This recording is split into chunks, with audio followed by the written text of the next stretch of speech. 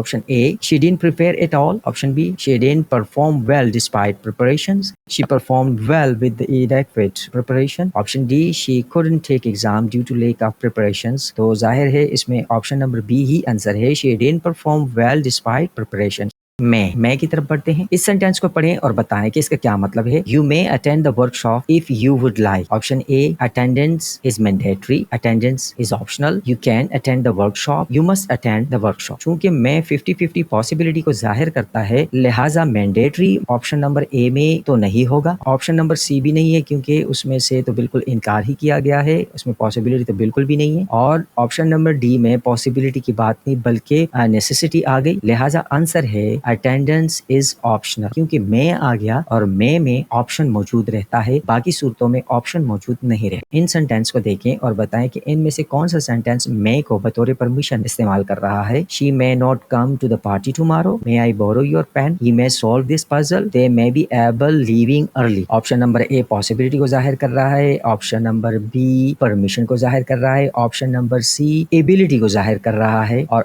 Option number D possibility کو ظاہر کر رہا ہے. لہٰذا آنسر ہے B, may I borrow your pen. Permission اسی میں.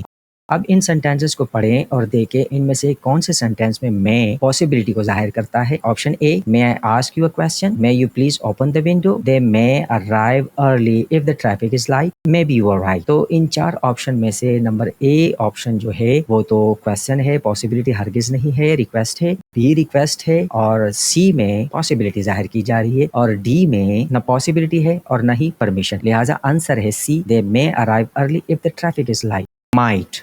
اس سینٹینس کو دیکھیں اور بتائیں کہ کیا مطلب ہے اس کا. I might attend the conference. It's a definite claim. It's a possibility but uncertain. It's a strong commitment. It's a requirement. تو ظاہر ہے کہ might possibility کو ظاہر کرتا ہے اور وہ possibility جس میں آپشن موجود ہو 50-50 ہو تو آنسر ہوگا B. It's a possibility but uncertain. In sentences کو دیکھیں اور بتائیں کہ کون سا سینٹینس ایک اہم کام کو ظاہر کر رہا ہے لیکن ان میں انسرٹنٹی بھی موجود ہے. I might learn to play the guitar. They might not arrive on time. He might have finished his homework. She might attend the seminar. ان تمام سینٹینس میں انسرٹنٹی تو موجود ہے لیکن پوٹینشیل صرف کویسچن نمبر ڈی میں ہے جو کہ she might attend the seminar. Seminar attend کرنا ضروری ہے لیکن انسرٹن. ان سینٹینسز کو پڑھیں اور بتائیں کون سا وہ سینٹینس ہے جس میں پاسبلٹی بالکل لوور ڈگری کی ہے. Number a, she might come to the movie tonight. They might solve the puzzle. He might go to the park after work. I might finish my work early. A, B اور C میں possibility ہونے اور نہ ہونے کی موجود ہے لیکن لوور نہیں ہے سوائے ڈی کے کہ جس میں پاسبلٹی لوور ڈگری کے موجود ہیں کیونکہ ممکن نہیں ہے کہ کام جلدی ختم کیا جا سکے. must. اس سینٹینس کو پڑھیں اور بتائیں کیا مطلب ہے اس کا. You must submit the assignment by tomorrow. Option A, it's a strong recommendation. Option B, it's optional to submit the assignment. It's a personal preference. D, it's a requirement. چونکہ must necessity, personal obligations اور انتہائی ضروری کام کو ظاہر کرتا ہے جس میں کوئی آپشن نہ ہو 50-50 یا پھر شاید والا چکر جس میں نہ ہو. تو اگر ہم دیکھیں تو سینٹینس سے یہ ظاہر ہوتا ہے کہ یہ پرسنل بھی نہیں ہے, ڈیوٹی ہے, ایک اسائنمنٹ دینا ہے. لہٰذا آنسر ہے it's a requirement. should. اس سینٹینس کو پڑھیں اور بتائیں کہ یہ کیا سجیسٹ کرتا ہے. You should visit the museum if you have time. Option A, it's a strong recommendation. Option B, it's necessary to visit the museum. Option C, it's optional to visit the museum. Option D, it's a requirement. تو جیسے کہ آپ نے پڑھ لیا تھا should ایک مشورے کے طور پر, ایک اوپینین کے طور پر استعمال کیا جاتا ہے. یہ ہرگز لازم ایکشن کے لیے استعمال نہیں کیا جا سکتا اور پرسنل obligation اور necessity کے لیے بھی نہیں ہوتا. اس میں جسٹ ایڈوائز اور اوپینین دیے جا سکتے ہیں تو لہٰذا آنسر ہوگا it's optional to visit the museum. In sentence کو پڑھیں اور بتائیں کون سا سینٹینس ایڈوائز ریپرزینٹ کرتا ہے. کس سینٹینس میں ایڈوائز یعنی مشورہ دیا جا رہا ہے. Option a, he should not know the answer. They should play soccer this weekend. We should study for the exam. She should ask for help if she is stuck. تو answer ہے we should study for the exam. اس sentence میں advise دیا جا رہا ہے. اس کے علاوہ جتنے بھی سینٹینسز ہیں اس میں سجیشنز ہیں, اوپینینز ہیں, جبکہ ایڈوائز آپشن نمبر سی میں. ان سینٹینس کو پڑھیں اور بتائیں کون سے سینٹینس میں should as a suggested action کے طور پر استعمال ہوا ہے یعنی کہ وہ ایکشن جو تجویز کیا گیا ہو. I should not forget my keys. They should not attend the party. He should study harder. She should call her parents regularly. آپشن ہے C, he should study harder. will.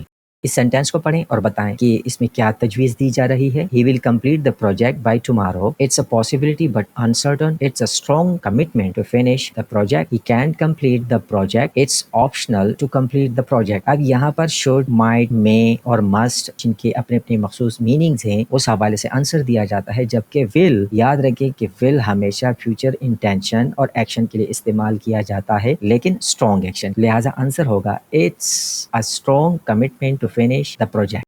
کون سا والا سینٹینس فیوچر ایکشن کو ظاہر کرتا ہے؟ They will not finish the assignment on time. I will go to the party last night. She will drive to work today. He will give a presentation next week. ظاہر ہے option number D ہی future action کو ظاہر کر رہا ہے. باقی sentences میں near future ضرور ہے لیکن فیوچر نہیں. ان سینٹینسز کو پڑھیں اور بتائیں کون سا والا سینٹینس willingness یعنی رضامندی کو ظاہر کرتا ہے. I will help you with your homework. They will solve the problem. He will not participate in the event. She will lend you her notes. اگر ہم دیکھیں تو اس میں willingness صرف آپشن نمبر اے میں ہی آ رہا ہے کہ اپنا ہیلپ آفر کیا جا رہا ہے ہوم ورک پہ مدد کے لیے. باقی سینٹینسز میں willingness نہیں ہے، آفر ہے، سجیشن ہے، اسٹرانگ ایکشنز ہیں اور فیوچر ایکشن. would اس سینٹینس کو پڑھیں اور بتائیں کیا مطلب ہے اس کا. I would love to join you for dinner. Option a I'm unable to join for dinner. I'm considering to join for dinner. I'm committed to join for dinner. I must join for dinner. would چونکہ future کے لیے استعمال کیا جاتا ہے لیکن polite request کے لیے بھی استعمال کیا جاتا ہے، لہٰذا آپشن نمبر اے ہرگز نہیں ہے. آپشن نمبر بی بالکل صحیح آنسر ہے کیونکہ اس میں کنسیڈر کر رہا ہے، ایک ریکویسٹ ہے، اس کی خواہش ہے اس کی ڈنر جوائن کرنے کے لیے. آپشن نمبر سی میں کمٹمنٹ ہے اور آپشن نمبر ڈی میں مسٹ کیونکہ پرسنل obligation ہے، نیسیسٹی ہے، لہٰذا آنسر ہے بی.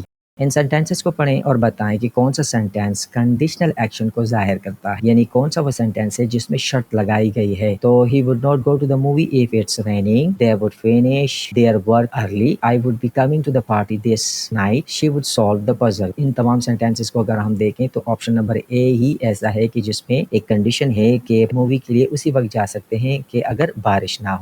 ان سینٹینسز کو دیکھیں اور بتائیں پولائٹ ریکویسٹ کون سے سینٹینس میں استعمال ہوا ہے. Would you please pass me the salt? They would attend the meeting. Would help his friend. She would like a cup of tea. B, C اور ڈی کو اگر ہم دیکھیں تو اے کسی بھی سینٹینس میں ریکویسٹ تو ہے ہی نہیں. آپشن نمبر اے میں ریکویسٹ ہے اور پولائٹ ریکویسٹ، لہٰذا آنسر ہے اے. امید ہے آپ کو ویڈیو پسند آئی ہوگی. مزید ویڈیوز کے لیے وزٹ کریں مائی انگلوپیڈیا. شکریہ.